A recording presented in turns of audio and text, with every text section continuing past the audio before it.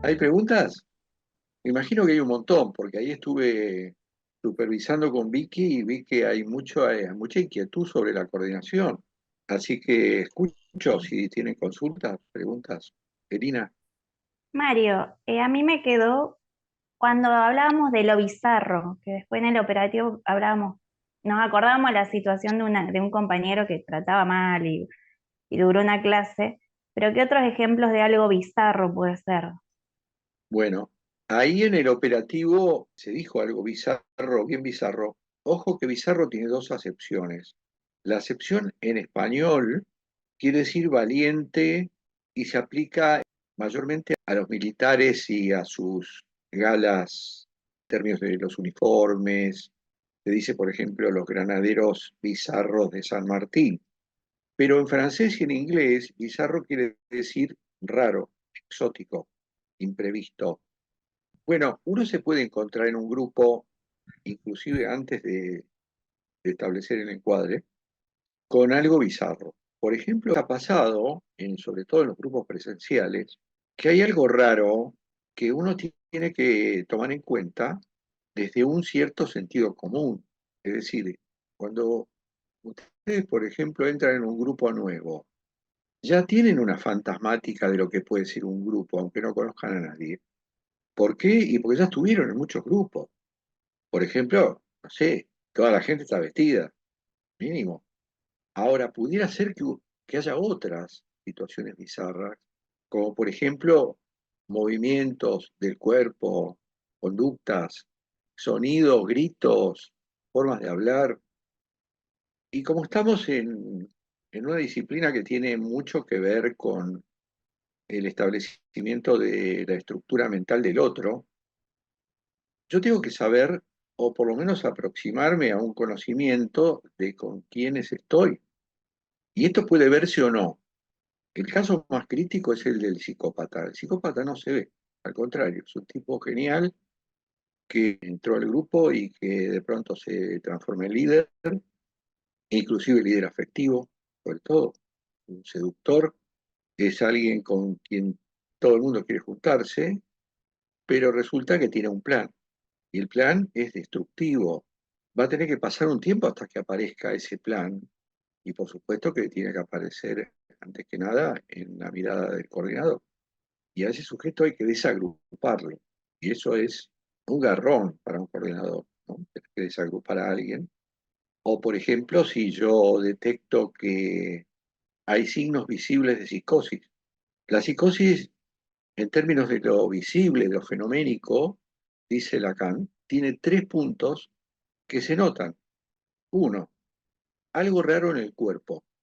¿Por qué? Porque el psicótico tiene sensaciones corporales que son para él raras.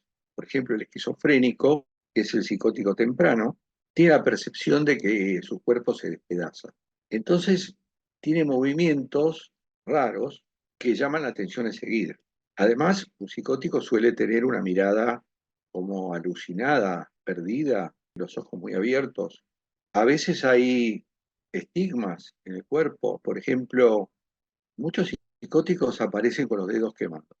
¿Por qué? Y porque no sienten que el cigarrillo les está quemando el dedo, la brasa les está quemando, no lo sienten. O efectos secundarios de los antipsicóticos, que son bravos los efectos secundarios. Por ejemplo, el antipsicótico muy sostenido a lo largo del tiempo produce una afección, una patología odontológica que se llama piorrea. Entonces ustedes van a ver que viene un tipo que le faltan los dientes. No todo aquel que le faltan los dientes es un psicótico, pero es un signo. Además, ustedes van a ver una persona descuidada, persona que está sucia, por ejemplo, o que tiene la ropa que no condice con lo que uno espera. Primero, entonces algo en el cuerpo. Segundo, algo en el discurso, el delirio. Y tercero, algo en los vínculos. Porque el psicótico es un sujeto fuera del lazo social. El único lazo firme que tiene es con su madre. Estas son cuestiones que se ven, pero hay muchas cosas que no se ven. Puede haber una psicosis no desencadenada. Bueno, le doy la palabra a Gisela, que me parece que fue la primera que... ¿Qué tal, Mario? Gracias. Estuve leyendo lo de la intervención del coordinador y hay una frase, o en realidad un doble obstáculo que me quedó así como que no lo entendí. Me gustaría si nos puedes ayudar un poco con eso. Que dice, el coordinador se interpreta solamente en los momentos de obstáculo. Los momentos de obstáculo en relación al proceso. Un doble obstáculo, el epistemológico y el epistemofílico. Eso, ¿cómo lo puedo interpretar? Porque no lo estoy entendiendo. Bueno, episteme significa conocimiento. Entonces, el obstáculo epistemológico es cuando el sujeto tiene una imposibilidad de continuar entendiendo la teoría o una técnica. O sea, en el encadenamiento de los conocimientos falta algo y no se puede continuar. Por ejemplo, y me parece que este ejemplo ya lo di alguna vez, si a un chico le piden en el colegio que resuelva una raíz cuadrada, tiene que saber primero multiplicar y dividir. Y si le falta una de esas cosas, no puede sacar una raíz cuadrada. Digo en la época en que las raíces cuadradas se calculaban, ahora tenés la calculadora y no hace falta nada. En cambio, el obstáculo epistemofílico, acuérdense que filia quiere decir amor, afecto, es un obstáculo derivado de los afectos. Alguien que no aprende porque le tiene rabia al profesor, tiene un obstáculo epistemofílico. En los grupos operativos, esto suele aparecer en ambas versiones. Todos ustedes, supongo que tienen una noción de qué tipo de vínculos tienen con sus compañeros, o con nosotros, con la escuela, con los coordinadores, pero pudiera ser que alguna interferencia exista y entonces eso empieza a rebotar en el aprendizaje. Por eso el asimétrico, un docente, por ejemplo, un médico, tiene que ser muy empático para evitar el obstáculo epistemofílico. Yo les habré dicho alguna vez que Favaloro decía, médico, te empieza a curar cuando te da la mano. Yo, por ejemplo, estoy en un sistema de salud, que es el hospital italiano, y en general los profesionales son muy empáticos. Esto fue estudiado por la gente del hospital, y entonces produjo modificaciones a través de alguna consultoría que detectó que las cosas funcionan mal por dos causas, sobre todo. Primero, por la cuestión afectiva, o sea, la empatía, si existe o no. Y segundo, por los errores comunicacionales. Ustedes van a ver ahí una institución que funciona muy bien, está muy bien gerenciada, porque tiene en cuenta estas cosas. Entonces, el doble obstáculo es eso. Yo puedo tener dificultades con una noción teórica o técnica, o puedo tener dificultades que no pasan por la teoría, sino que pasan por el vínculo. Y en esto que estamos estudiando, el vínculo es lo más importante. Tanto es así que, por ejemplo, John Rivière tiene uno de sus aforismos, vamos a decir, que dice, la mente está poblada de vínculos. ¿Qué es un vínculo? Ustedes ya lo saben, un cuaternario. Un yo, un vos, un nexo, en este caso puede ser académico, y un factor ecológico que es el entorno significativo, donde ese vínculo se desarrolló. Por eso también les he dicho alguna vez que por este factor son tan difíciles los duelos, porque no se duela solamente a un ser que se perdió, sino todo lo que lo incumbe a ese vínculo. El otro día, una analizante mía me dijo algo parecido, pero me pareció bastante original. Y dijo, yo llegué a la conclusión de que yo soy un vínculo, yo soy los vínculos que tengo. Y es así. Lo cual se basa en este otro aforismo del psicoanálisis, no hay sujeto sin el otro. El otro, si no está, uno se cae. Obviamente que, como hay muchos otros, hay sustituciones, hay reemplazos, hay duelos que se tramitan y entonces se puede rearmar otro vínculo, pero sí, el vínculo es la memoria de análisis y para nosotros es esencial. Cualquier objeto que nosotros analicemos es un objeto social, sea un objeto solo. Me voy a fijar en cómo se vincula con los otros. Milagros. ¿Qué tal, Mario? Yo voy a volver un poquito para atrás a los no del coordinador. Me había quedado una duda en, digamos, a qué se refería esto de la no inclusión de cuerpos extraños en el discurso. Sí. Y otra, la parte de no a la ilusión del propio error, que no me quedaron Bueno, claros. ok. ¿A qué llamamos un cuerpo extraño? A un significante. Por ejemplo, en análisis, el analista mejor posicionado, podemos decir, es el que interviene usando las palabras del sujeto. Pero a veces esto se queda corto, entonces uno incluye significantes propios. Ahora, esos significantes eventualmente podrían configurar un cuerpo extraño. Y entonces el analizante me puede decir, pero yo no dije eso o eso no tiene nada que ver conmigo. No es que se pueda siempre, pero la idea es tomar el discurso del otro, en este caso, integrante del grupo, y volver a repetir el significante o la frase con lo que llamamos una escansión. Escansión con S quiere decir pautar, pausar, silabear el discurso. Por ejemplo, yo me fijo mucho en las muletillas. Las muletillas se llaman significantes flotantes. ¿Por qué? Porque las metemos para poder seguir hablando. Me falta una palabra, meto una muletilla. O cuando uno dice, bueno, el clásico chiste de la ferretería, ¿no? Vengo a comprar el cosito de la bacha de la cocina. ¿Qué es el El cosito? pituto. El pituto. La muletilla es una especie de eslabón que permite seguir hablando, pero no deja de ser una molestia para una conversación de la vida cotidiana. Hay muletillas que no parecen serlo. Tengo un analizante que tiene una dificultad muy concreta en comunicarse con su padre.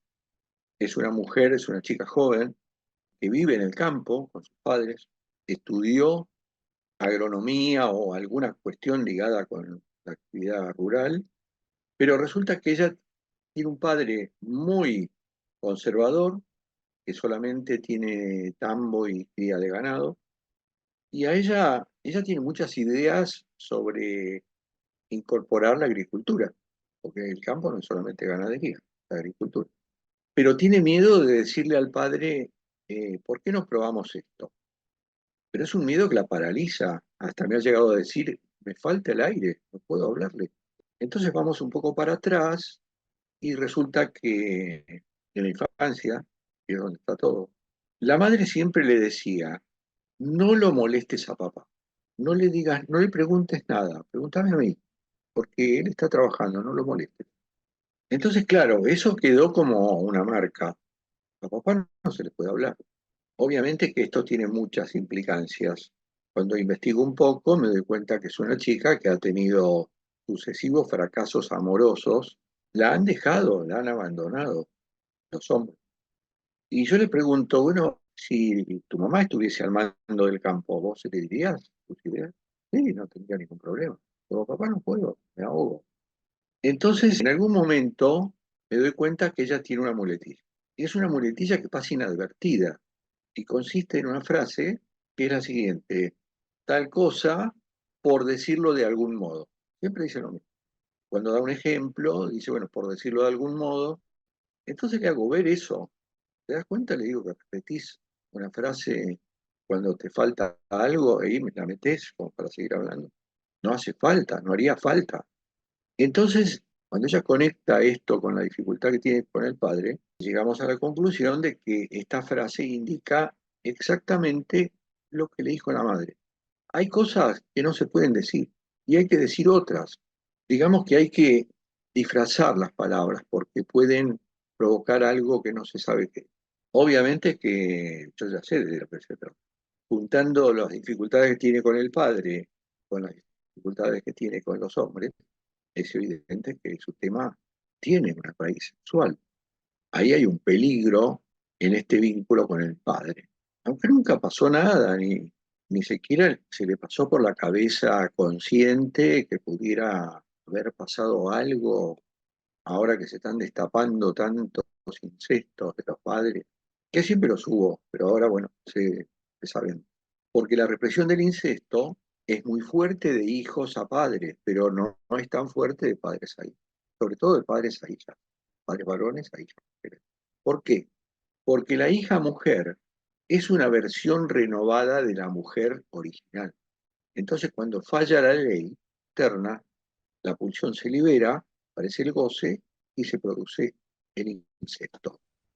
Lo que hace esta mujer tiene un nombre en retórica, se llama perífrasis. Perífrasis es como darle vuelta alrededor de algo. Un ejemplo está en el Martín Fierro, por ejemplo. Cuando empieza, dice, aquí me pongo a cantar. No dice aquí canto, dice, aquí me pongo a cantar. Perífrasis, se da una vuelta. Ahora, en el caso de una analizante como la que estoy mencionando, encubre una dificultad que está velando una escena que todavía no se le puede poner ni palabras. Obviamente que no le voy a decir esto que les digo a ustedes, pero sí les digo, bueno, acá hay un tema con los hombres. Gabriel. Bueno, Mario, no, porque me quedaron dudas con lo que le sucedió, perdón, pero vuelvo para atrás, a Haas. Ella supo sobrellevar la situación, pero si esto se volviese a repetir, ¿cuál sería la mejor manera de establecer límites y abordar la situación si esta analizante vuelve a presentarse en una sesión desnuda?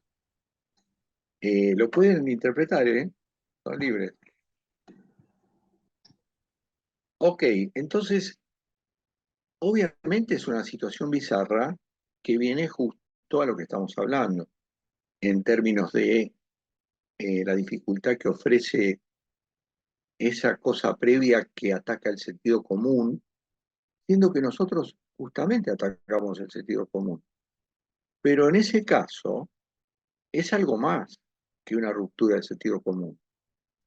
Si alguien se presenta a mi consultorio desnudo, lo primero que voy a decir, bueno, tengo una psicosis acá, porque es un atentado contra el lazo social, no la desnudez en sí, sino la situación, porque nosotros vivimos una vida sexual en donde la desnudez es necesaria, pero hay que ver dónde y cuándo. Es como que viola las normas éticas y de conducta. Sí, en realidad estamos frente a una persona que perdió la pista en algún momento porque si además se presentó o vos fuiste a la casa de ella, Has, te estoy preguntando. Sí, sí, sí. La visité yo como parte de una de las sesiones y ella Ah, estaba desnuda. sí, sí. Bueno, ahí tenemos una falla del pudor. ¿Se acuerdan de las perversiones polimorfas Sí, de los niños? ¿Qué edad tiene esta mujer? tiene 23. 23. Bueno, apareció un rasgo infantil que habría que ver si es un sostenimiento de lo perverso, ¿no? O es otra cosa. Porque cuando uno se presenta ante el otro, que es un asimétrico, que viene a mi casa como profesional, yo ni siquiera hablaría de fallas éticas. Acá hay una falla mental. Si ustedes lo piensan 2 minutos, no cabe en ninguna cabeza. ¿Cómo alguien se va a presentar frente a alguien que viene a ejercer una labor profesional desnuda? Le falló el pudor. El pudor es un dique social que instala la cultura justamente para conjurar, para controlar el exhibicionismo y el voyerismo. ¿Se acuerdan? Perversiones polimorfas. Después está la crueldad que se conjura con la piedad y la coprofilia que se conjura con la repugnancia. Entonces, apareció una perversión polimorfa. Habrá que ver unido a otras cosas de esta analizante, ¿qué conclusiones sacás vos sobre la estructura clínica? También hay que ver si está en tratamiento psiquiátrico, porque a veces cierta combinatoria de drogas producen conductas raras. Es lo que en realidad pasó. Estaba medicada, le habían cambiado la medicación, y esto nuevo que estaba tomando, no me acuerdo el nombre, impedía ciertas cosas comunes del común del día que ella haga, como por ejemplo vestirse. Claro. Eso se llama inhibición. Repetía y repetía, hacía el acto de ir hacia la ropa, iba para atrás otra vez, iba hacia la ropa y se volvía a ir para atrás otra vez. Dejó de tomar esa medicación y volvió a la normalidad, digamos. Bueno, este es el peligro de los psicofármacos, que a veces enloquecen, pero Vengo dándole vueltas al tema de hace rato, el tema de la desnudez y la vestimenta. O sea, en algún momento se instala el pudor y las inhibiciones porque antes en la prehistoria andaban desnudos. Se instala culturalmente. Y esta duda me surgió un día en la playa, porque en la costa la gente anda desnuda, porque anda en malla en la calle y anda en malla en la peatonal. Y acá no lo hacen, y allá es normal, ¿allá dónde? en la costa. En ¿En la costa Argentina? argentina, en una playa, ¿sí? Desnuda en cuanto a usar una malla y estar semidesnudo, y acá no puedo andar por la calle. Y las personas que van allá y las que están acá son las mismas. Y no hablo de una playa nudista. ¿Cómo influye ahí el pudor y la inhibición cuando son 400 kilómetros de diferencia? Claro, lo que pasa es que aunque vivas en Buenos Aires Sí, y por la calle estés lo mejor vestida posible, ya se sabe, justamente por cuestiones culturales y comunitarias, que en las playas hay otra cosa, porque si vos salieras ahora en bikini, también te mirarían todos y te dirían cosas. Pero el tema es situacional, también es un aforismo de Pichon Rivière, todo es situacional. En la playa está previsto que inclusive no solamente en una bikini súper chiquitita, sino a veces falta la parte de arriba, pero está como aceptado, es como que en ese contexto vale. Es como si yo te dijera, bueno, vos vas por la calle tomando una caipirinha y no, pero en un boliche sí, pues, depende del contexto. Las normas cambian.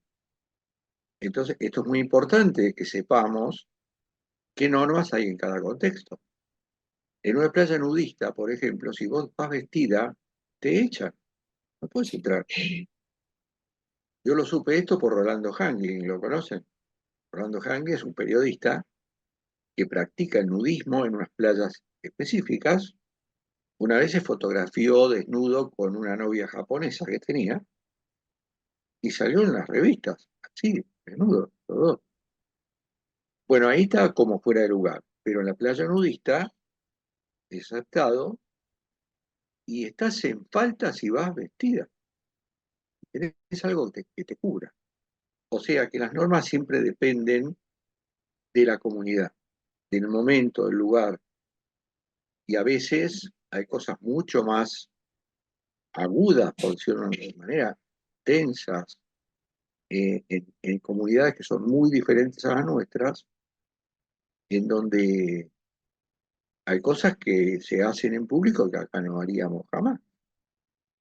Por ejemplo, hay ciertos lugares en Medio Oriente en donde comiendo y no eructás es que sos una maleducada.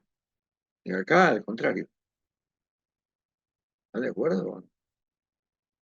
no, sigo teniendo esa cosa. Yo entiendo que son normas y es cultural, pero cómo el colectivo y la gente se asombra 500 kilómetros para allá y 500 kilómetros para acá. No, es como, es selectivo, A ver, Vero, ¿estás en pareja? Sí, acaba de llegar, está ahí atrás. Hola. Bueno, si vos estás en pareja, vos y tu novio o tu marido, no sé quién es, se dan cierto tipo de besos que no te los das con otras personas.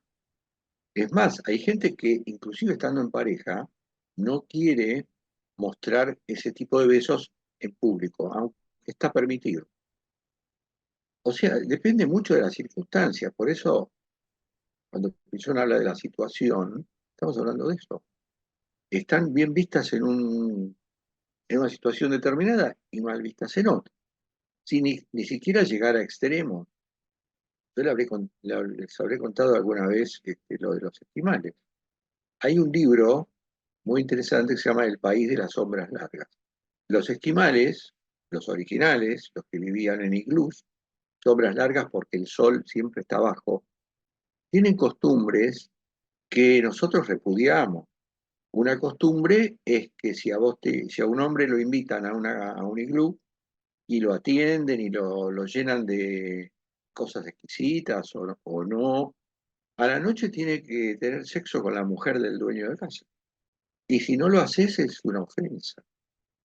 Por eso, por ejemplo, la palabra moral tiene origen latino de una partícula que significa costumbre. O sea que la moral de cada sociedad deriva de costumbres de la sociedad. Y además tiene mucho que ver con la publicidad, con la publicación de la cosa. Hay cosas que se hacen y cuando no, mientras no se publiquen, está todo bien. Todos hacemos la vista gorda, vamos a decir. Yo no sé, les comenté un caso de una tribu, y ustedes saben que los antropólogos estudian las comunidades primitivas, y los psicoanalistas se nutren de los antropólogos. Así como, por ejemplo, Freud se basó en Marcel Mauss, Lacan se basó en Lévi-Strauss, son antropólogos que estudiaron las comunidades. En una comunidad primitiva está prohibido el adulterio. Bueno, vamos a decir que en una época esto acá fue delito, hoy ya no lo es, pero digamos que tiene lo suyo el adulterio. La historia dice que uno de los más productivos de la tribu, un hombre de los más productivos, tenía contacto con mujeres de otros hombres, clandestinamente, pero se sabía en la comunidad, se sabía en secreto, había un castigo para eso y para otras faltas morales, que era el siguiente: el sujeto se tenía que suicidar, se tenía que subir a una palmera y tirarse de cabeza. Esto sucedió mientras no se dio a publicidad a todas voces. Cuando esto sucedió, el tipo se tuvo que suicidar y era el más productivo de la tribu. Por eso digo, costumbres, moral, situaciones, modos de cada sociedad, de cada comunidad. Andrea. Sí, Mario, yo te quería preguntar sobre la lógica del inconsciente. Sí. ¿Cuál es la lógica del inconsciente? ¿Es de carácter imaginario?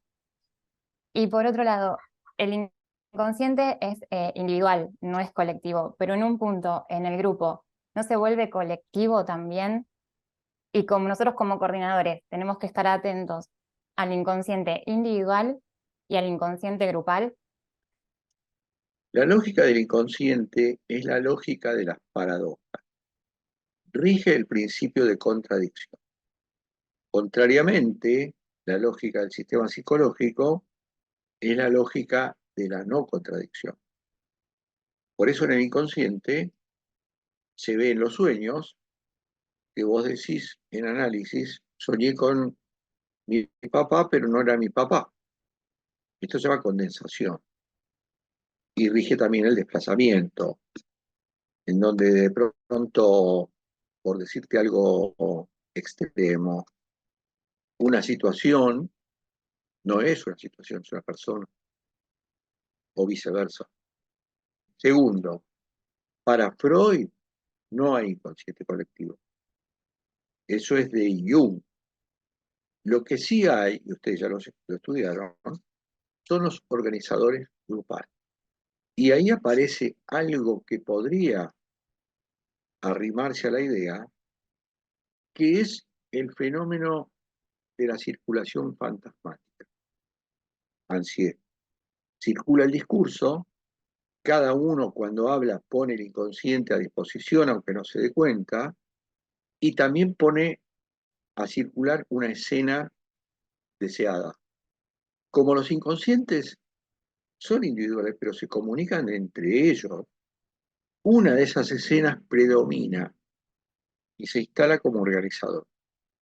Por ejemplo, el fantasma de ataque y fuga, el grupo en peligro, que predominó sobre otras escenas inconscientes porque hay un factor concreto, real, que configura una amenaza externa o interna o mixta para el grupo. Entonces, ataque y fuga. ¿Te contesté? Sí, y nosotros como coordinadores tenemos que estar atentos a los dos, o sea, al organizador grupal y también al inconsciente individual. Sí, porque si un integrante pronuncia un fallido, o hay un fallido de escucha, ahí habló el inconsciente individual. Entonces, por eso siempre les digo que la cuestión de la coordinación, ustedes le tienen tanto miedo, es una cuestión de práctica. Y me refiero ahora a uno de los emergentes, cuando hablamos de la teoría. Y yo les dije, cuando coordinen, olvídense de la teoría, olvídense de los autores. Sí, pero olvídense porque la tienen incorporada. Ustedes se van a dar cuenta cuando el grupo está en una posición o está en otra, cuando hay un saboteador, porque la teoría de errores la tiene incorporada. No es que tuvieron que leer la noche anterior, como alguna gente me dice, yo, uy, mañana coordino, me tengo que leer todo. No, no, no tenés que leer nada. Tirate a la pileta. Milagro. Sí, respecto a eso, en cuanto a las intervenciones, cuando nosotros podemos ver que hay un rol de algún integrante del grupo que está fijo, digamos, congelado, estereotipado. ¿Qué intervención podríamos hacer como para que rotes, digamos, de ese rol, para que se mueva todo? Bueno, primero, vos sabés que acá no hay recetas. Por eso hay más noes que síes. Si yo me doy cuenta que un integrante está estereotipado, hay que ver qué hace, en qué consiste su conducta estereotipada. Por ejemplo, está callado todo el día. Yo no le voy a decir, che, vos, ¿por qué no hablas un poquito? Discurso del amo, no va. Pero ¿qué voy a hacer? Voy a armar subgrupos en donde todos tienen necesariamente que hablar. Les doy un tema y van a tener que hablar. Y van a tener que exponer. Y yo les puedo preguntar a los integrantes del subgrupo, bueno, ¿qué pensás vos? ¿Qué pensás vos? ¿Qué pensás vos? Ahora, cuando alguien acapara la reunión grupal y se habla todo, narcisismo al palo, lo tengo que interrumpir. Función de corte. Tema para la próxima, función de corte. ¿Qué es la función de corte? Es la castración. Es decir algo para que una continuidad se interrumpa. La función de corte es de la principal importancia para el psicoanálisis y para la psicología social. Y lo que cortamos en este caso es un discurso que no termina más. Porque además ya se perdió la pertinencia, porque un sujeto que habla mucho y de corrido y no deja hablar a nadie, está poniendo en acto su narcisismo. Entonces yo puedo interrumpir ahí, le doy un poco de espacio y después digo, bueno, ¿qué piensa el resto sobre lo que fulano acaba de decir? ahí no tiene más remedio que callarse la boca. Si yo tengo un saboteador que va contra la tarea, que siempre mete el palo en la rueda, un poquito lo voy a dejar. Y de pronto haré una intervención en formato de ironía, por ejemplo.